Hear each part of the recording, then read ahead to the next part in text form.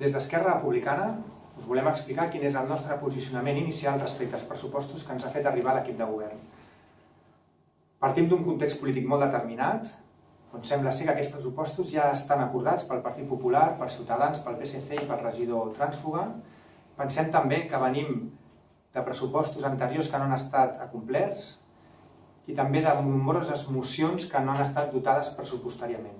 Per tant, la nostra voluntat és, per un cantó, no fer perdre el temps als tècnics de la casa treballant un pressupost que l'equip de govern sembla ser que realment no vol negociar, i tampoc volem fer una negociació fictícia en la qual haguem de marejar la ciutadania.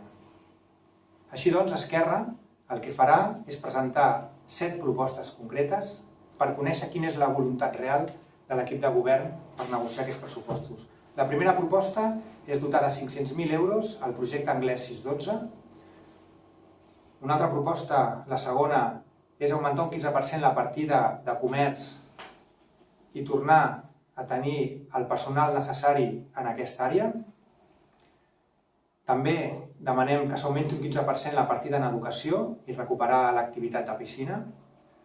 Volem que els 40.000 euros que es destinen al regidor Trànsfuga vagin destinats a les entitats de la nostra ciutat. Volem que els tributs es paguin a l'Agència Tributària Catalana. Volem que es recuperi el punt d'informació de la nostra ciutat, un punt que parla del patrimoni i de la identitat rovinenca. I volem conèixer la dotació concreta de totes les mocions que han estat aprovades en els darrers anys i que, de moment, no tenen dotació pressupostària.